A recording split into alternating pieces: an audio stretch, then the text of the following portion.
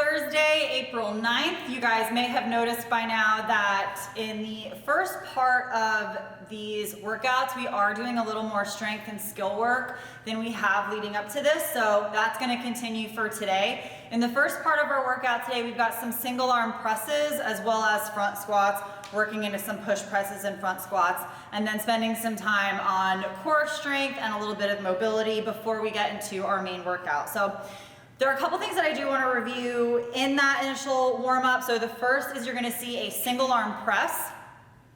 When we're using, you're going to have to put that down. Right. When we're using the backpack for the single arm press, so if you have a dumbbell or a kettlebell, go ahead and use this. If you've got your backpack, you're going to use that handle as your grip point. Don't hold it like a waiter. Let the bag hang over your hand.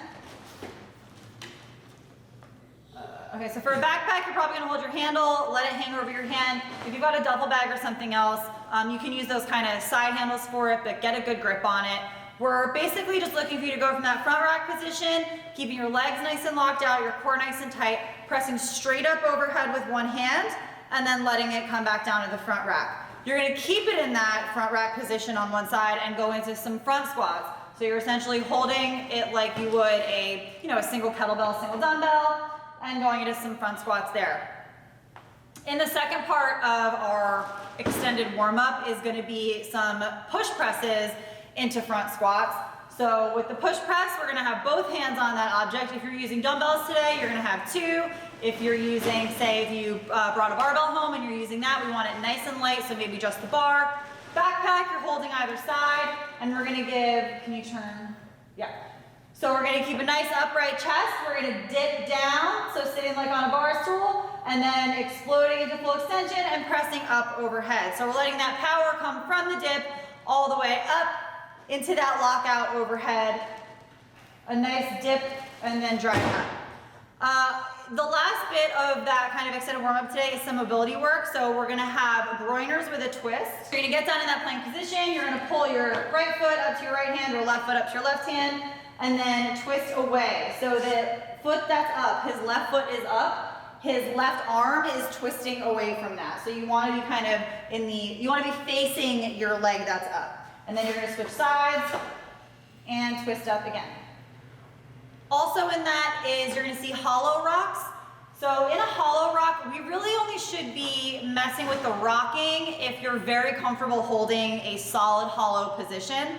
So if that were the case, you would get into your hollow position, so low back pressed into the floor, legs nice and straight out, hands overhead, and then you're gonna use your core to control that rocking back and forth. Now that's the most advanced movement of this sort of progression that is the hollow rock. So if you don't quite have that yet, we're just gonna work on a hollow hold and getting some extension in that hold. So you're gonna start out tucked in, making sure that your low back is pressed into the ground. And then we're slowly gonna start with just the legs. We're not gonna mess with the hands yet. And you're only gonna extend them to the point, so stop. Where say he felt his low back coming off the floor, this is where he's gonna stop. And he's just gonna work on holding this position for about 20-25 seconds today.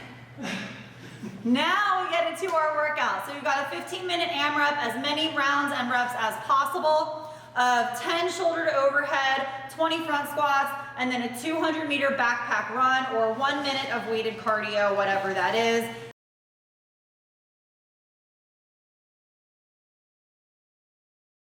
If you want to do high knees with your backpack on, that's fine too. For the shoulder to overhead, we have a couple of options. Basically all we're looking for is getting that backpack weight, whatever it is, from your shoulders to this overhead position. You hold the overhead position, where we're nice and locked out and stacked. So the weight is directly over the middle of his body, wrists over shoulders, over hips, over feet, everything in line. So our options for that shoulder to overhead are a strict press, where we're just pressing straight up. We could also do a push press like we did in our warm-up, dip, send it up overhead, or we could do a push jerk where we're re-dipping and not having to get that quite as high. Standing up tall before our next rep. Then we move into 20 front squats. Nice tall chest, elbows under the weight, getting all the way down to a full squat. So we want to see hip crease below the knee, below parallel, and then standing up tall. And then after those front squats, we go into that 200-meter run or 1 minute of weighted cardio. Rob ran away.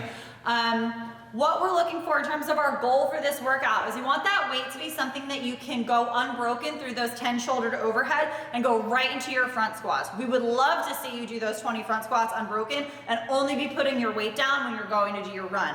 Ideally, we're looking for 5 to 7 rounds of this. Hopefully we've got a really nice day Thursday. You guys can get out and get some road work done. Have fun with this. Have a good workout.